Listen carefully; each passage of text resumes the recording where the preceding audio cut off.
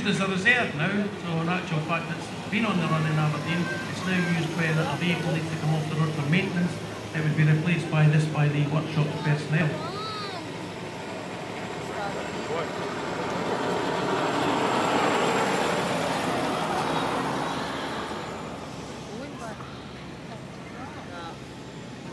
These vehicles, by the way, made by, or the majority of them, all made down in Scotland at Emergency One in Cumnock. So they are, albeit on Scania chassis, the bodywork, the fire engineering as such, is done down in Cumnock. So here's another vehicle coming into the arena now. This vehicle spent most of its life at Gatwick Airport. It's a home tender. It was the first strike vehicle down there, but it's now transferred up to British airports here in Edinburgh, and is used by the young firefighters. Again, you see how high it sits up off the grass because of the 4x4 capability.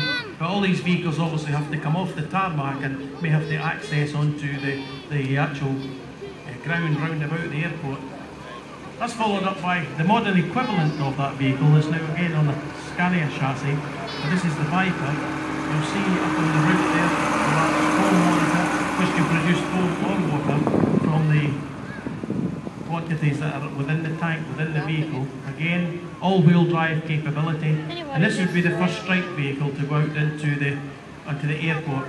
Bearing in mind that they have to reach any part of the perimeter of the airport in the event of an accident within 5 minutes here in Edinburgh. And the big one coming in now at the end, again with a big foam monitor up on the roof, known as the blabbermouth, because it can be adjusted to either go to throw foam or to put out large quantities. Again with some of the fire cadets up on the roof, loving it as well. This is £1 million worth of vehicle going past here. But again, without 3 of these being available, there wouldn't be any planes taking off at Edinburgh Airport. That's the minimum that have to be available 24 hours a day at your local airport here in Edinburgh. And now we're right bang up to state. A brand new vehicle hasn't even been put on the road yet. This is one of the latest batch of vehicles for Strathclyde Fire and Rescue. A water tender ladder. Again, if they look at the back of it, for those of you that are interested, one behind the back is made out of a one-piece plastic body. So it comes with a water tank, foam tank, etc. all inside it. So it's just then lifted onto the chassis. As is the next one, this one on a Volvo FLL chassis for Fife Fire and Rescue. Different type of chassis, but carrying almost identical equipment, both firefighting, rescue equipment, etc. And Blaze Bear in there giving everybody a nice wave on the way around.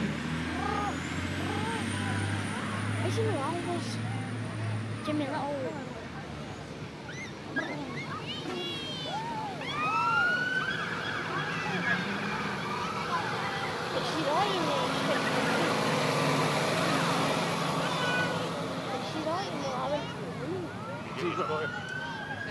You're getting a bit of a traffic jam at the end there, holding things up. And here we come again.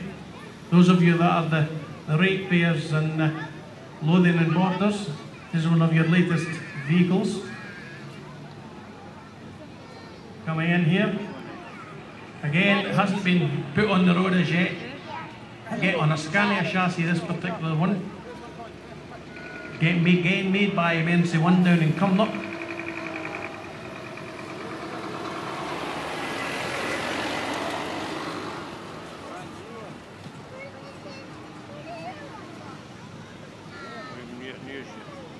We'll just let them make their way round about here.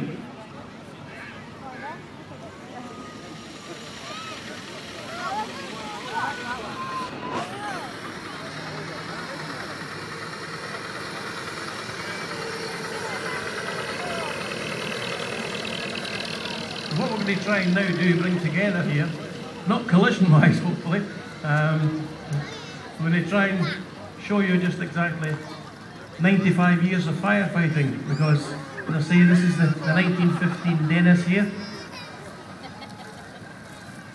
And coming into the view around the other side is the 2010 water tender ladder.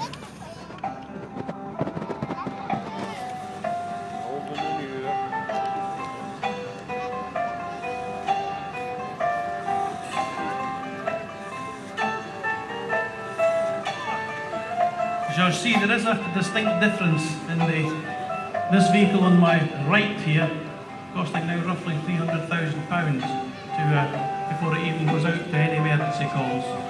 So however, thank you very much this afternoon, ladies and gentlemen, for your attention. Hope you've enjoyed that. I know you've been very attentive, and we would thank you for that. And the way I thank you for that, and some of you were well aware, I would ask the drivers of the vehicles to show their appreciation, please, to the crowd.